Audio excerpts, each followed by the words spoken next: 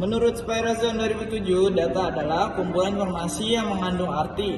Data diperlukan untuk pengukuran, pencatatan, pengambilan keputusan, pengumpulan informasi, dan masih banyak lagi. Data sangat dibutuhkan karena informasi yang ada memiliki arti yang sangat penting untuk masa kini maupun masa mendatang. Sebuah perusahaan, instansi, atau organisasi tertentu memiliki kumpulan data yang perlu untuk diolah, dianalisa, dan disajikan dalam tampilan yang memuat informasi yang dibutuhkan untuk pengambilan keputusan. Dengan semakin berkembangnya teknologi informasi, semakin banyak dan semakin kompleks pula informasi atau data yang dimiliki oleh sebuah perusahaan. Yang kedua ada menurut Kelly, informasi adalah data yang telah diolah menjadi sebuah bentuk yang berarti bagi penerimanya dan bermanfaat dalam pengambilan keputusan saat ini atau saat mendatang. Informasi sangat penting dalam kehidupan manusia, termasuk juga dalam kehidupan bisnis. Dengan informasi manusia dapat memperoleh apa yang telah terjadi pada lingkungannya bahkan dari luar lingkungannya.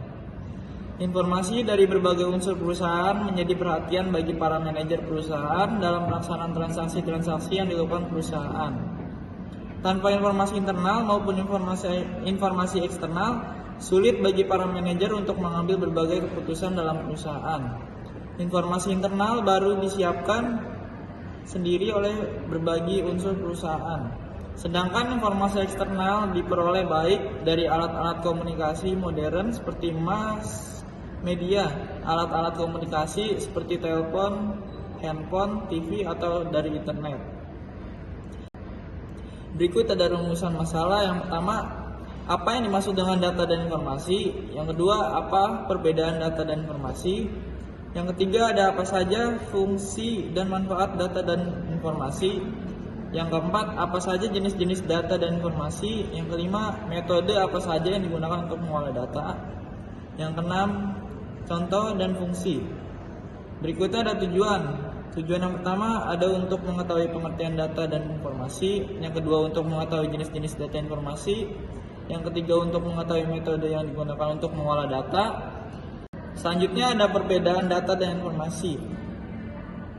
Berikut ada data, yaitu yang pertama kumpulan fakta berbentuk angka atau pernyataan mentah, tidak terstruktur. Data tidak bergantung pada informasi. Yang informasi ada pemahaman terhadap fakta, bisa tidak berupa angka atau pernyataan. Lebih terstruktur, informasi bergantung pada data. Beberapa orang menganggap data dan informasi adalah dua hal yang sama. Sebagian lainnya mungkin masih bingung membedakan keduanya. Meski secara konsep hampir mirip, data dan informasi tidaklah sama. Ada 4 macam jenis-jenis data. Yang pertama, data berdasarkan cara memperolehnya. Yang kedua, data berdasarkan sifatnya. Yang ketiga, data berdasarkan sumbernya. Yang keempat, data berdasarkan waktu pengumpulannya. Berdasarkan cara memperolehnya dibagi menjadi 2, yaitu data primer dan data sekunder. Yang pertama ada data primer. Data primer adalah data yang didapat dan dikumpulkan langsung dari objek yang diteliti oleh orang atau organisasi yang melakukan penelitian. Contoh dari data primer yaitu data hasil kuesioner terhadap responden, data hasil wawancara langsung, dan data hasil survei. Yang kedua, ada data sekunder. Pengertian data sekunder adalah data yang diperoleh dari pihak atau sumber lain yang telah ada. Jadi, penulis tidak mengumpulkan data langsung dari objek yang diteliti. Biasanya data sekunder diperoleh dari penelitian-penelitian terdahulu dan data diterima dalam bentuk jadi seperti diagram, grafik, dan tabel. Contoh dari data sekunder yaitu data sensus penduduk oleh BPS, data penyakit kanker yang dikeluarkan oleh WHO, dan data startup di Indonesia yang dikeluarkan oleh Menteri Komunikasi dan Informasi. Yang kedua, ada data berdasarkan sifatnya. Jenis data berdasarkan sifatnya dibagi lagi menjadi 2, yaitu data kualitatif dan data kuantitatif. Yang pertama, ada data kualitatif. Data kualitatif adalah data deskriptif atau data yang tidak berbentuk angka. biasanya dinyatakan dalam bentuk verbal, simbol, atau gambar. Data kualitatif dapat diperoleh melalui wawancara, kuesioner, observasi, studi literatur, dan lain sebagainya. Data kualitatif biasanya bersifat objektif, sehingga setiap orang yang membacanya akan menimbulkan penafsiran yang berbeda. Contoh dari data kualitatif yaitu kuesioner tentang tingkat kepuasan pasien di suatu rumah sakit, kualitas pelayanan di hotel, dan lain-lain. Yang kedua, ada data kuantitatif. Data kuantitatif adalah data yang dinyatakan dalam bentuk angka yang diperoleh dari suatu penelitian, pengukuran, atau observasi. Data kuantitatif ini bersifat objektif, sehingga setiap orang yang membaca atau melihat data ini akan menafsirkannya dengan sama. Contoh dari data kuantitatif. Yang ketiga, ada data berdasarkan sumbernya. Data berdasarkan sumbernya dibagi menjadi dua macam, yaitu data internal dan data eksternal. Yang pertama, data internal. Data internal adalah data yang diperoleh langsung dari suatu organisasi atau tempat dilakukannya penelitian. Contoh dari data internal yaitu kebutuhan tenaga kerja di suatu perusahaan, jumlah karyawan di perusahaan, tingkat kepuasan karyawan di suatu institusi. Lalu yang kedua, ada data eksternal. Data eksternal adalah data yang diperoleh dari luar lingkup kerja kita. Contoh dari data eksternal yaitu data kependudukan yang dikeluarkan oleh BPS, data penjualan produk perusahaan lain, dan jumlah siswa di sekolah lain. Yang terakhir, ada data berdasarkan waktu pengumpulannya. Jenis data berdasarkan waktu pengumpulannya dibagi menjadi dua macam, yaitu data cross-section dan data berkala atau time series data. Yang pertama, data cross-section adalah data yang diambil pada satu periode waktu tertentu sehingga ia membutuhkan data di waktu lain jika ingin melakukan perbandingan. Contoh dari data ini adalah fungsi data. Yang pertama, membantu membuat keputusan bisnis. Salah satu manfaat paling penting data adalah untuk membantu perusahaan dalam menentukan keputusan penting berkaitan dengan bisnis. Membuat keputusan yang sulit atau berdampak besar tidak mungkin dilakukan hanya berdasarkan argumentasi atau pendapat pribadi. Perusahaan memerlukan data agar keputusan itu benar-benar bermanfaat dan tepat sasaran. Sebagai contoh, jika perusahaan ingin membuat produk baru, mereka harus mengumpulkan cukup data untuk memastikan produk yang akan dikeluarkan benar-benar sesuai dengan kebutuhan dan keinginan pelanggan. Yang kedua, meningkatkan pendapatan dan profit. Adanya data memungkinkan bisnis mengukur apakah produk, layanan, dan tindakan tertentu bisa menguntungkan dan menaikkan profit perusahaan. Dengan memiliki cukup data, kamu dapat mengetahui mana strategi yang efektif dan efisien digunakan untuk meningkatkan pendapatan dan mengurangi pengeluaran untuk hal-hal yang kurang efektif. Yang ketiga, meningkatkan kepuasan pelanggan. Kepuasan pelanggan adalah salah satu hal yang harus diperhatikan dalam bisnis. Apabila kepuasan pelanggan tinggi, maka loyalitas dan kepercayaan mereka terhadap bisnis kamu juga meningkat. Data mentah berfungsi untuk mempelajari dampak strategi produk tertentu terhadap kepuasan pelanggan. Dengan data ini, kamu juga bisa tahu bagaimana cara meningkatkan kepuasan itu dan bersaing dengan kompetitor. Misalnya, perusahaan ingin melihat seberapa puas pelanggan dengan produk dan layanan mereka, maka dilakukan survei online yang menanyakan tentang pengalaman pelanggan berbelanja di store.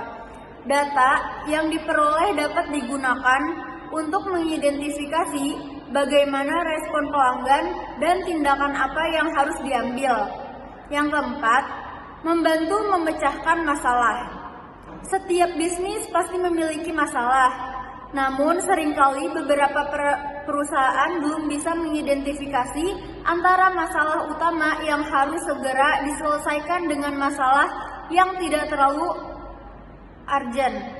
Banyaknya data yang tersedia di perusahaan berperan penting untuk menentukan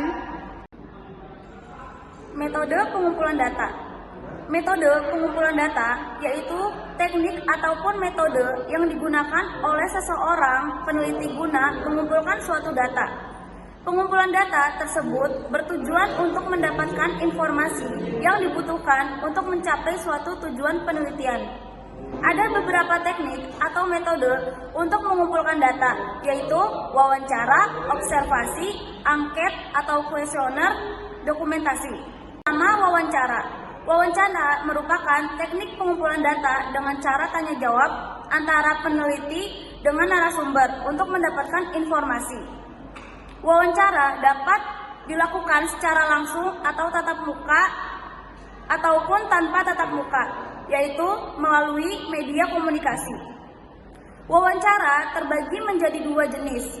Yang pertama itu wawancara terstruktur. Pada wawancara terstruktur, peneliti telah mempersiapkan pertanyaan-pertanyaan yang akan ditanya kepada narasumber.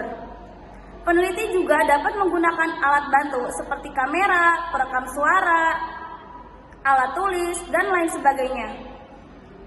Yang kedua itu adalah wawancara tidak terstruktur. Pada wawancara tidak terstruktur, biasanya peneliti tidak mempersiapkan pertanyaan terlebih dahulu. Kedua, observasi. Observasi merupakan kegiatan pengamatan terhadap suatu objek menggunakan kaca indera. Observasi bertujuan untuk mendapatkan informasi yang diperlukan untuk suatu penelitian. Metode pengumpulan data ini terbagi menjadi dua macam, yaitu yang pertama, partisipan observasi. Pada partisipan observasi, penelitian ikut terlibat langsung dalam proses observasi terhadap suatu objek yang sedang diamati. Yang kedua, non-partisipan observasi. Sedangkan non-partisipan observasi, peneliti tidak terlibat secara langsung dalam proses observasi. Selanjutnya itu yang ketiga, angket atau kuesioner. Metode pengumpulan data berikutnya adalah angket. Metode ini dilakukan dengan cara memberikan pertanyaan atau pernyataan tertulis kepada sejumlah responden yang dijadikan sampel pada suatu penelitian. Berdasarkan bentuk pertanyaannya, kuesioner dibedakan menjadi dua jenis. Ada kuesioner terbuka. Pada kuesioner terbuka, responden diberikan kebebasan untuk menjawab kuesioner. Selanjutnya ada kuesioner tertutup.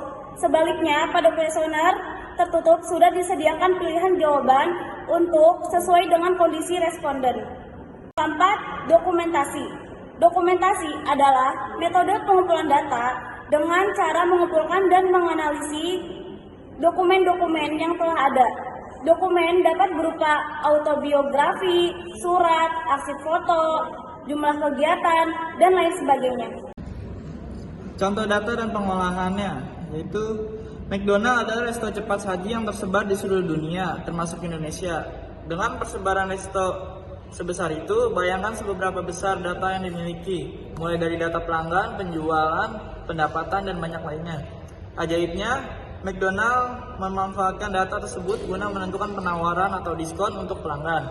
Perusahaan ini memiliki aplikasi sendiri di smartphone, lalu mengumpulkan data-data penting tentang kebiasaan pelanggan atau user habit. McDonald menyesuaikan penawaran itu dengan kebutuhan pelanggan, seperti promo, menu breakfast, atau paket hemat. Akhirnya, pelanggan banyak yang menggunakan penawaran itu untuk membeli menu mereka. Kasus di atas merupakan contoh penerapan data analitik dalam membuat keputusan bisnis. Bagi yang ingin berkarir sebagai data analis, sangat penting untuk memaksimalkan kemampuan untuk mengolah data sehingga menghasilkan insight yang bermanfaat bagi bisnis. Yang berikutnya ada contoh informasi. Ada fakta bahwa seseorang nasabah menabung di bank. Datanya ada pada slip tabungan atau rekaman komputer. Bila semua data uang tabungan yang ada dalam periode tertentu dijumlahkan atau diolah, maka jumlah hasilnya disebut informasi. Informasi yang bias tentunya tidak dapat difungsikan sebagaimana mestinya dan jika digunakan akan memberikan hasil yang bias juga.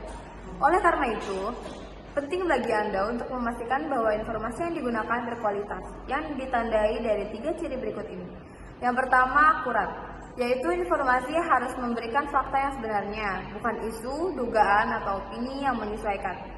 Yang kedua, tepat waktu. Artinya, penerima tidak terlambat mendapatkan informasi karena informasi yang usang tidak benar lagi, terutama jika informasi digunakan untuk mengambil keputusan.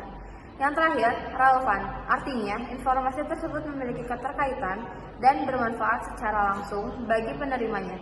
Sebuah informasi yang relevan bagi seseorang belum tentu relevan untuk lain. Manfaat informasi. Sesuai definisinya, setiap informasi haruslah memberikan manfaat. Adapun manfaat tersebut bisa sangat beragam, sebagaimana bisa Anda pahami di bawah ini. Yang pertama, meminimalkan risiko Anda mengambil keputusan yang salah. Yang kedua, memberikan gambaran yang tepat dan faktual sesuai dengan kondisi yang ada saat ini, menyajikan tren atau kecenderungan tentang suatu hal di masa datang. Mengurangi potensi keresahan akibat kondisi yang tidak pasti, menjadi dasar dalam menentukan solusi dalam sebuah permasalahan, mengefektifkan alur kerja dalam sebuah organisasi, mempertahankan citra positif perusahaan dan meningkatkan kepercayaan, membantu menyusun materi promosi agar lebih jelas dan terarah, menjadi dasar pertanggungjawaban atas sebuah keputusan atau tindakan yang sudah dilakukan. Yang terakhir, memberikan bukti valid, bukan kesan, opini, atau isu kepada pihak lain. Pertama, sumber berita. Sebagai sumber berita, informasi disampaikan melalui media-media pemberitaan seperti televisi, radio, website atau blog, atau portal berita daring. Yang kedua, sumber pengetahuan baru. Meskipun sudah umum dan banyak diketahui orang lain, sebuah informasi bisa menjadi sumber pengetahuan bagi orang lainnya yang belum pernah mendapatkan informasi tersebut. Yang ketiga, memberikan kepastian. Informasi yang lengkap dan valid dari sumber terpercaya akan memberikan kepastian sehingga Anda dapat mengambil keputusan yang tepat. Yang keempat, hiburan. Sebuah informasi tidak harus selalu bersifat serius. Informasi juga bisa disajikan dalam bentuk cara penghibur, misalnya dengan menggunakan narasi yang menarik dan dilengkapi gambar, foto, atau video. Yang kelima, alat untuk menyosialisasikan kebijakan. Sebuah kebijakan perlu disosialisasikan sebelum diberlakukan agar dipahami dengan baik dan benar. Informasi yang benar bisa menjadi alat yang efektif dalam mengomunikasikan kebijakan tersebut. Yang keenam, alat untuk memengaruhi masyarakat. Informasi tidak saja berguna bagi penerima, tetapi juga pihak yang menyampaikannya. Informasi yang baik bisa mempengaruhi masyarakat untuk setuju dengan si penyampai informasi, misalnya untuk membeli sebuah produk atau dalam memilih pemimpin. Yang ketujuh, jenis informasi. Dalam keseharian, tentu banyak sekali informasi yang Anda dapatkan. Untuk lebih memahami informasi yang diterima, berikut ini akan diuraikan mengenai jenis-jenis informasi yang biasa Anda temukan. Yang pertama, jenis informasi berdasarkan fungsi dan kegunaannya. Ada informasi yang menambah pengetahuan, seperti sebuah informasi, peristiwa, atau fenomena alam. Yang kedua, informasi yang memberikan panduan, misalnya tulisan tentang tutorial cara membuat kerajinan tangan, atau tips agar bisnis lancar dan sukses. Yang kedua, jenis informasi berdasarkan format penyajiannya. Informasi dalam bentuk tulisan, informasi dalam bentuk gambar, foto, dan lukisan, dan informasi dalam bentuk video atau film. Jenis informasi berdasarkan aspeknya, seperti ekonomi, pendidikan, kesehatan, gaya hidup, politik, dan sebagainya. Yang kelima, jenis informasi berdasarkan cara penyampaiannya. Ada informasi yang disampaikan setiap waktu, informasi yang disampaikan secara berkala, informasi yang disampaikan secara mendadak, informasi yang dikecualikan, dan yang terakhir, informasi yang hanya bisa didapat setelah mengajukan permintaan. Yang terakhir merupakan kesimpulan dari materi kami, yaitu data dan informasi merupakan sistem yang dapat membantu manusia untuk melakukan pekerjaan dengan efisien. Data dan informasi dapat diolah dengan menggunakan teknologi yang telah dibuat secanggih mungkin. Untuk itu, sebagai brainware, kita harus menggunakan kecanggihan tersebut secara bijak dan tepat. Karena dengan adanya data dan informasi yang sederhana dapat menjadikan hasil kerja yang luar biasa. Terima kasih.